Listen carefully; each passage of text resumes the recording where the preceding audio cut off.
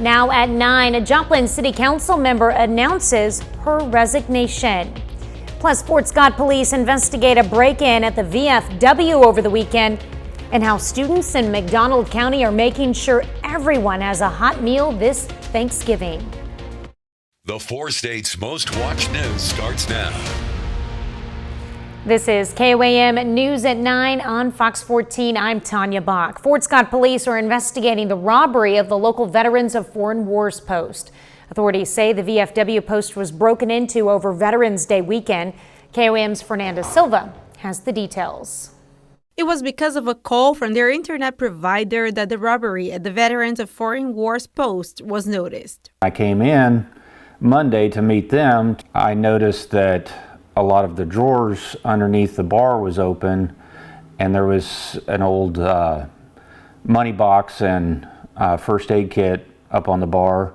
I thought, what the heck is going on? That was when Matt Crystal, commander of Post 1165, realized what had happened there. According to the police, the burglary happened sometime between the evening of Sunday and the afternoon of Monday. They also say more than $600 was taken. It just shows what little respect people have. It hurt my feelings pretty bad because we're just barely surviving anyway, and I don't know why they wanted to break in here. It kind of made me mad, because, it is a place for veterans and stuff, and then somebody breaks in and steals stuff when we're trying to help. According to VFW, the robbers checked for money on their jukebox and the bar register. They also tried to open a note-safe box using blades, but were not able to open it. On a positive note, VFW members say they've been receiving support from the community, and they're thankful for that. It brings a little bit of hope to me and/or pride that folks are wanting to go out of their way to help recover and to help keep us going. It does make you feel good. In Fort Scott, Fernanda Silva, KOAM News. Currently, Fort Scott police say there are no suspects. If you have information about this case, you're asked to contact the Fort Scott Police Department. Authorities arrest a Webb City, Missouri man for 3 counts of possession of child pornography. Charles Tyler was arrested following an ongoing child exploitation investigation. Tyler admitted to downloading and possessing child pornography on his computer. He's being held in the Jasper County Jail on a $50,000 cash-only bond. Well, Chief Meteorologist Doug Hetty joining us now with a first look at your forecast. Well, it actually turned out to be a pretty good day once again for us today. Temperatures were great as we warmed up into the upper 60s once again. 69 started at 40 during the morning hours. Average highs 59 degrees, so a pretty good chunk above where we should be for this time of the year. All right, looking outside right now, near 50 in Joplin, but we have dropped into the mid 40s in Pittsburgh. So we have a kind of a range of about 44 to about 50, 51 degrees across the region. But we do have clear skies. We're going to stick with the clear skies as we go through the overnight hours tonight into the morning hours. Most of us overnight low right around 42 or 43 degrees. 7 a.m. 44, sunshine in the morning, back to 60 by 10. We are going to look at some changes down the road coming up here in just a bit. All right, thanks, Doug. Joplin City Council member Kate Spencer announced her resignation from the position. Spencer was elected to a general seat on the council in 2022. Mayor Doug Lawson says Spencer is resigning for family reasons. There are still 2 years left on the term for Spencer's general seat, and it'll be up for election in April. Because it's only for 2 years, it will not compete with the 2 full general seat terms up for election next year.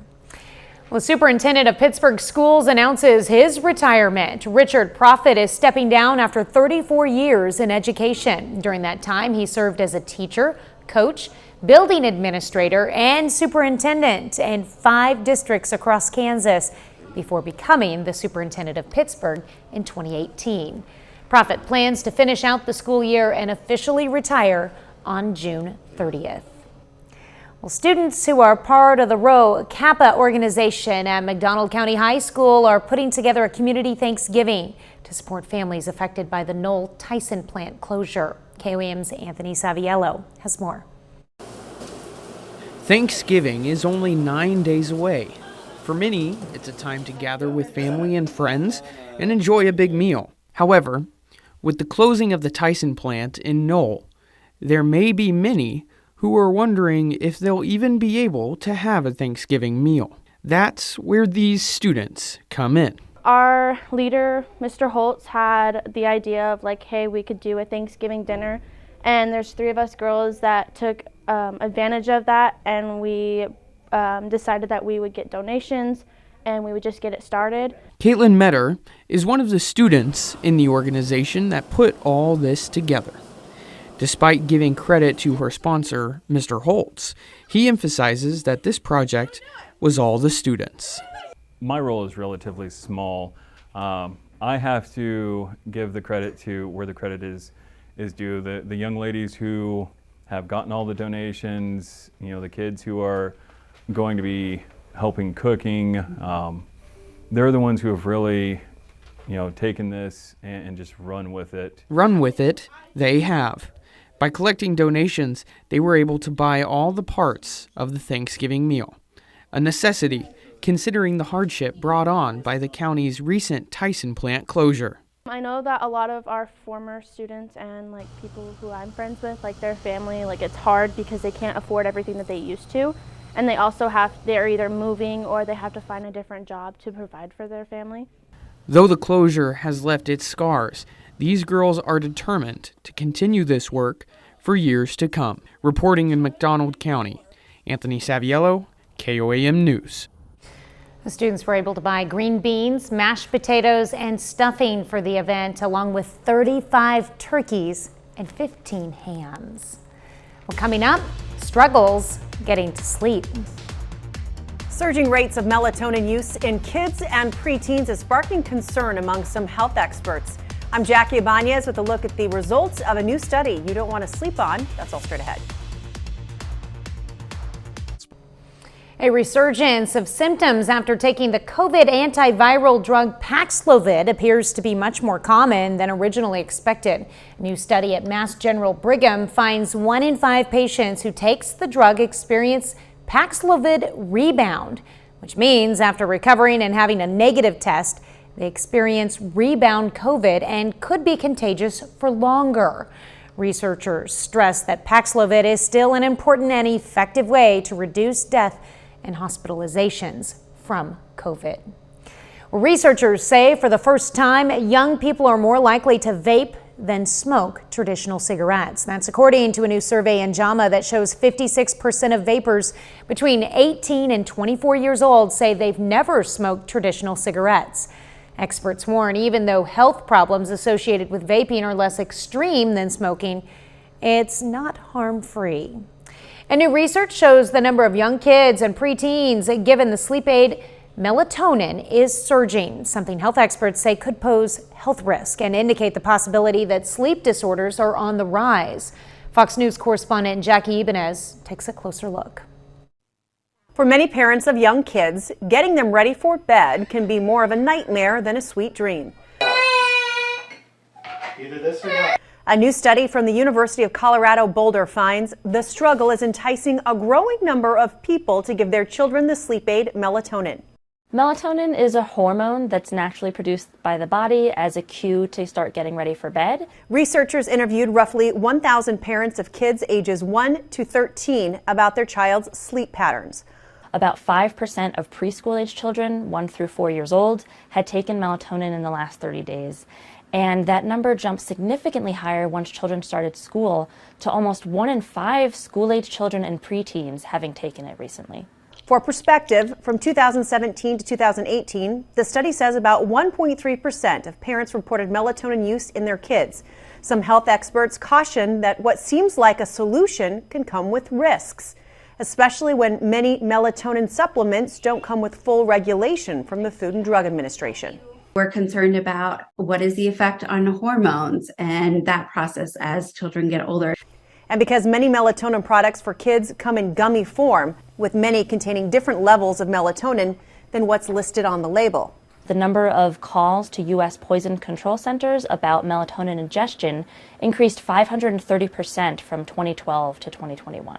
Researchers believe the surge in melatonin use could indicate high levels of sleep disorders among the younger generations that may need to be studied.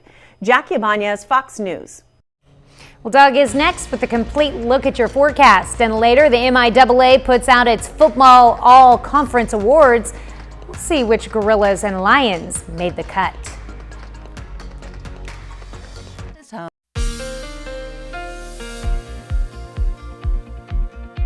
Well, it turned out to be a nice Tuesday once again for us today. Temperatures pretty good, most of us across the region, right around 70 degrees. In fact, if we look at the month of November so far, majority of our days have been above normal. In fact, 2 days in the 80s last week. Both of those days were record highs.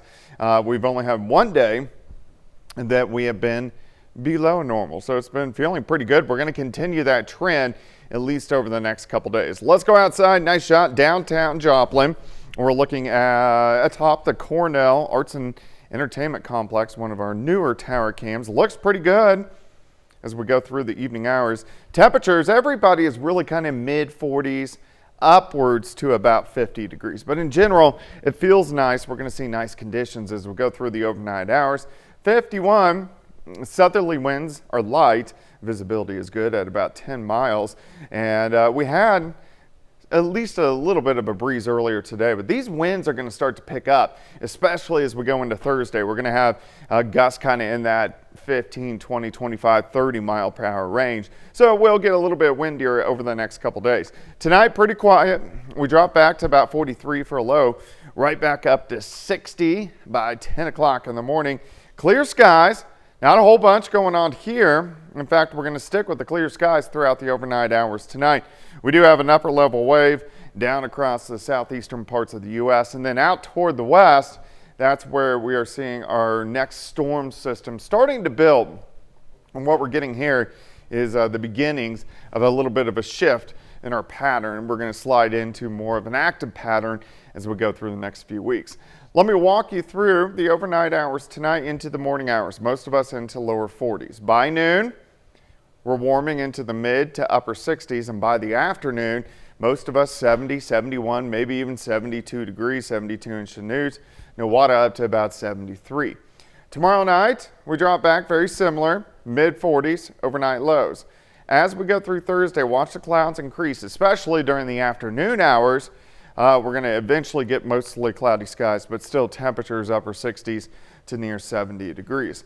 Cold front slides in Thursday night into Friday morning. With it, we may get a few sprinkles, maybe a random shower, and then by Friday, we'll start to cool down just a little bit more. All right, day planner for you tomorrow. 44 in the morning, 67 by noon, 69 by 4, high temp is 70. Temperatures are fantastic. Even into Friday, even though it's going to cool down, it's still going to be a fairly nice day with high temperatures right around 60 degrees. The changes kind of move in after that, which we'll be talking about in our second half hour. 70 tomorrow, 70 on Thursday, 59 on Friday, 60s over the weekend, but rain, good chances for rain sneaking in late Sunday, Monday into Tuesday, which we need. Yeah, we definitely need, that's for sure. And a couple more warm days, though. Yeah, it looks pretty good. We'll take it. All right, thanks, Doug. Well, in just a couple of days, we will be hosting our annual Feed the Four States Telethon. It's a chance for you to donate to local food pantries to help those in need. The telethon will be on Thursday in our noon, 5, 6, and 9 o'clock newscast. And we ask that you tune in and give what you can to make sure everyone in the 4 states has food this holiday season. Well, coming up, why the Missouri State Treasurer met with the Joplin Chamber of Commerce. The Missouri State Treasurer today met with the Joplin Chamber of Commerce to discuss the local impact of MOBUCS. The MOBUCS program is a low-interest loan program that has benefited farmers and small business owners during a time of historically high interest rates. In Berry County, for example, the MOBUCS program has provided $572,000 in small interest loans during the past program years. The importance of this program, how this program is crucial, especially in these times of high interest rates and inflation, how it can help them. And what I have seen across my travels that there is not a lot of education about the MOBUCS program. even though it has been in existence for the last 40 years. The state treasurer's office anticipates accepting new applications for loans beginning January 2nd. An inflation cool down is bringing early holiday cheer to investors, but it is unclear if the Fed will be in the jolly mood to pause rate hikes. Fox News correspondent Madeline Rivera is in Washington with more on the story coming up. A cool down in October is what Americans had been hoping for. Inflation eased last month. Consumer prices are up 3.2% from a year ago. That's down from 3.7% in September. This is a good report. We know that the top line's been driven a lot by gasoline prices, energy prices in general. To see the core come down a little bit, I think is good news. The average price for a gallon of gas is about $3.35, dropping almost 30 cents from last month. But the costs of other items like shelter, medical care, and car insurance remain high. And you may feel the pinch this Thanksgiving, with prices for meats, poultry, fish, and eggs all rising in October. Most consumers really are focused more on the fact that prices have gone up, even though their wages have gone up in a commensurate fashion. On the bright side, core inflation, which strips out prices for food and energy, rose 4% over the last year. It's the smallest 12-month change since September 2021. Stocks rallied on Wall Street after the opening bell on the heels of the inflation report. Investors are eyeing the Federal Reserve's next moves to see if they'll hold off on hiking rates. Some are feeling optimistic about the economy overall. We're back into an era of productivity-led growth, the likes of which we've just forgotten about because we were in secular stagnation for 15 years. Inflation is still above the Fed's 2% target. Chairman Jerome Powell is keeping his options open, saying if it becomes necessary to tighten policy further, he won't hesitate to do so. In Washington, Madeline Rivera, Fox News. And there are some pre-holiday signs of a weakening labor market. Usually businesses this time of year start hiring extra workers to stock shelves and help with orders and deliveries. But this year, the job services firm Challenger Gray and Christmas says the number of seasonal positions publicly advertised this fall fell to the lowest level in a decade. Up next, we'll learn what the most popular pet names of the year are. The world's largest online marketplace for pet care, Rover.com, released its 11th annual Top Pet Names Report and Trends of 2023. This year's top dog name is Charlie, surpassing Max for the first time in 11 years. Luna is number 1 for female dogs and cats, with Oliver keeping pace as the most popular name for a male cat. 30 more minutes of news, weather, and sports is coming your way. The city of Miami holds a town hall to discuss expanding broadband access in that area. Plus, the Pittsburgh City Commission celebrates a new fire engine added to the fire department's fleet. You're watching the 4 states' most watched news. This is KOAM News at 9 on Fox 14. I'm Tanya Bach. The city of Miami, Oklahoma gave residents the chance to discuss their needs for expanded internet access. City hosted a broadband public town hall. They're trying to gather public input on how they can improve broadband in the area. And they also asked residents to fill out a survey from the Oklahoma Broadband Office, which administers grant funding to communities to improve access to high-speed internet. Miami's underserved, but the federal maps show we're served. And that's part of the issue here is we know we're underserved. We know we're not getting the fiber, broadband, and internet that we need here. When our kids need to be home from school and do their schoolwork, they can't do it. When people have to work from home, they can't do it. Anytime we're trying to recruit new industry here, the first thing they ask is, do you have fiber internet? And tell them no is kind of a strike one right off the bat. State of Oklahoma is investing $1.3 billion to improve broadband infrastructure and accessibility in the state. Pittsburgh Fire Department has a new engine to battle fires. City commissioners and firefighters gathered today at Fire Station number 1 for a push-in ceremony for the new engine. It's a tradition for the department whenever they get a new piece of equipment. It's definitely going to augment our fleet in that, we're able to accommodate a few more people on the truck, able to get them to the scenes quicker with a little bit better equipment. So with what we have already, this just makes it even better for the city.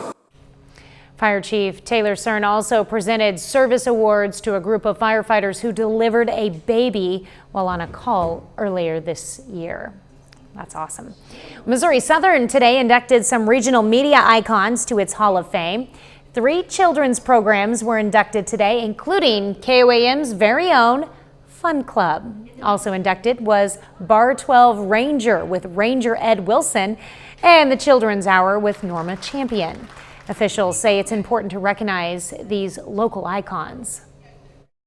So we find it important to honor those who have worked in television, radio, newspaper, those in the broadcast and journalism world, to honor their professionalism and their contributions in the world of TV production and media.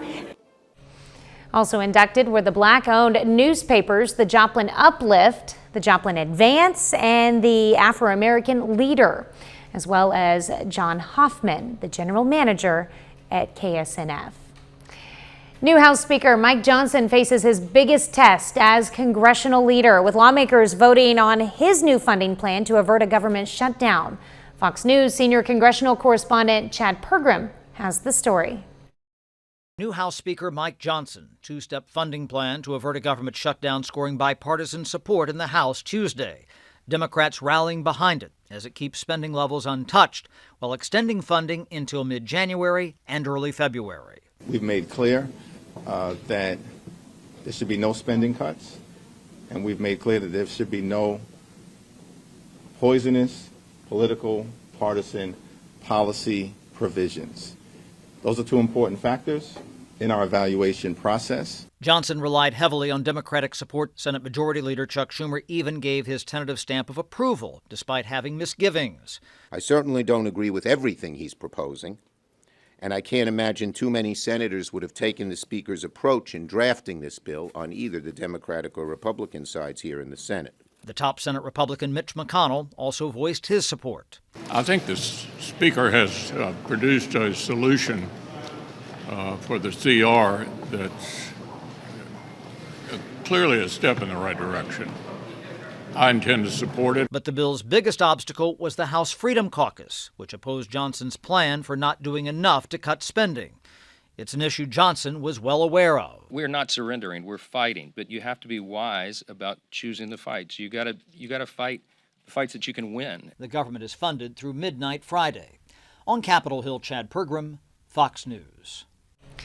Well, tens of thousands of people descended on the National Mall in Washington for the March for Israel against anti-Semitism.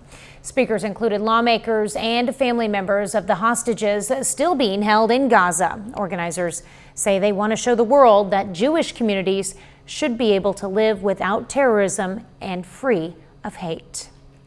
A bit later, not quite Santa's elves. I'm Lauren Simonetti here at one of Amazon's new warehouses that is testing robots and new technology to guarantee that you get your holiday order even faster. We'll have details right after this.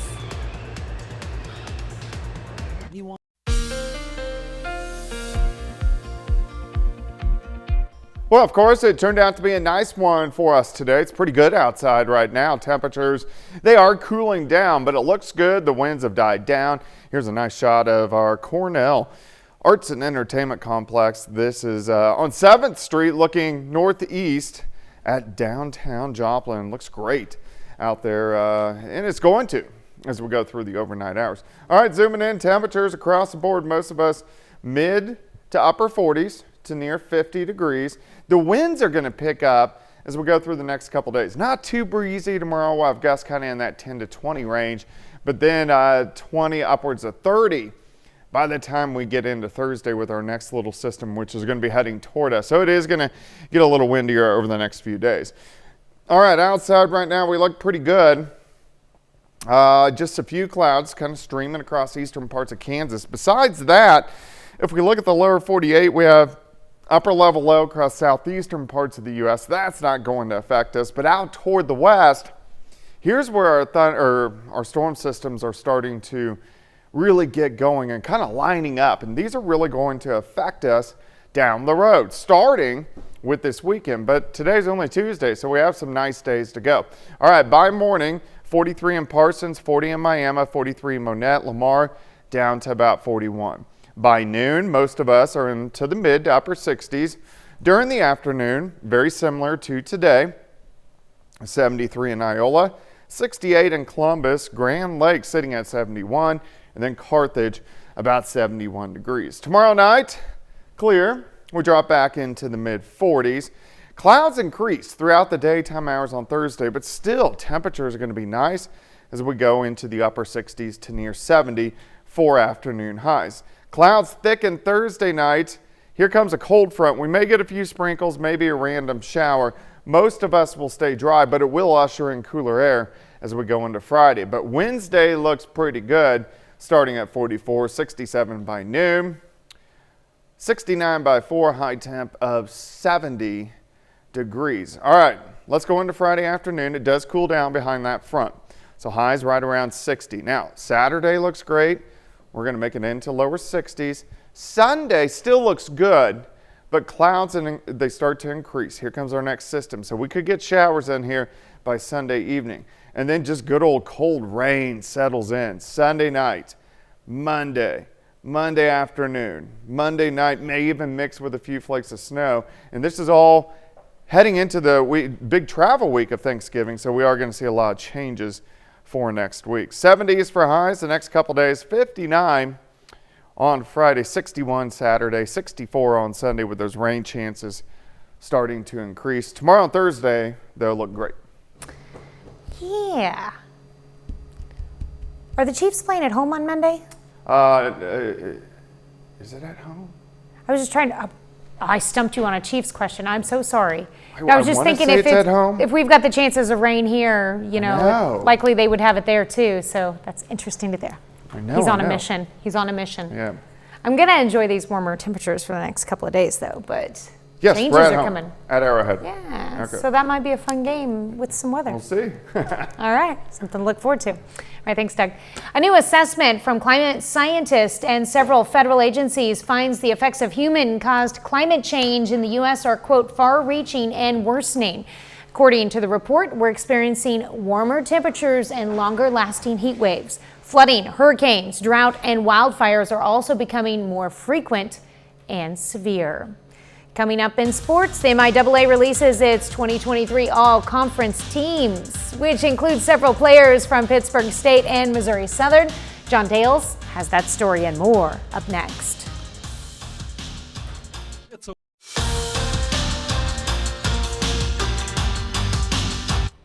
The college football regular season is over in the 4 states. This Saturday, Pitt State closed out the regular year with a 20-10 win over UCO to win a conference title. Missouri Southern, meanwhile, beat Missouri Western 47-41 in a double OT thriller. Today, the MIAA releases its all-conference teams. 19 Pitt State players receive all MIAA honors.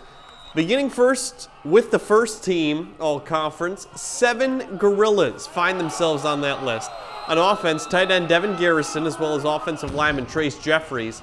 On the defensive side, defensive lineman Dubem Okonkwo, linebackers Jack Barkley and Alex Gaskill. Defensive backs Michael Lacey and Rico Payton are on the first team as well. Gorilla quarterback Chad Dodson on the second team, along with O-lineman Zane Madison, D-back Jalen Fuchsa, and freshman kicker Austin Schmidt. 8 more Gorillas round out the third team and honorable mentions. That full list is on the sports page on our website. Meanwhile, Missouri Southern, also well represented on the all-MIAA teams. Deontay Campbell leads the way. The tight end is on the second team all-conference after a 2023 season that saw him get 6 touchdowns and just under 500 receiving yards.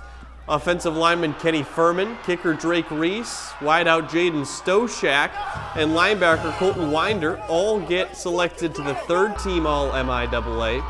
Ife Current, Ian McSwain, Luke Sampson, Joaquin Tapasoa and Dylan Wright all receive honorable mentions. Again, you can find that full list of players that receive all conference honors on the sports page on our website. That's koamnewsnow.com/sports. And if you want to experience Saturday's MIAA championship clinching victory like you were there on the sidelines, you're in luck. The KOAM sports team excited to introduce a new video series called Sideline Pass.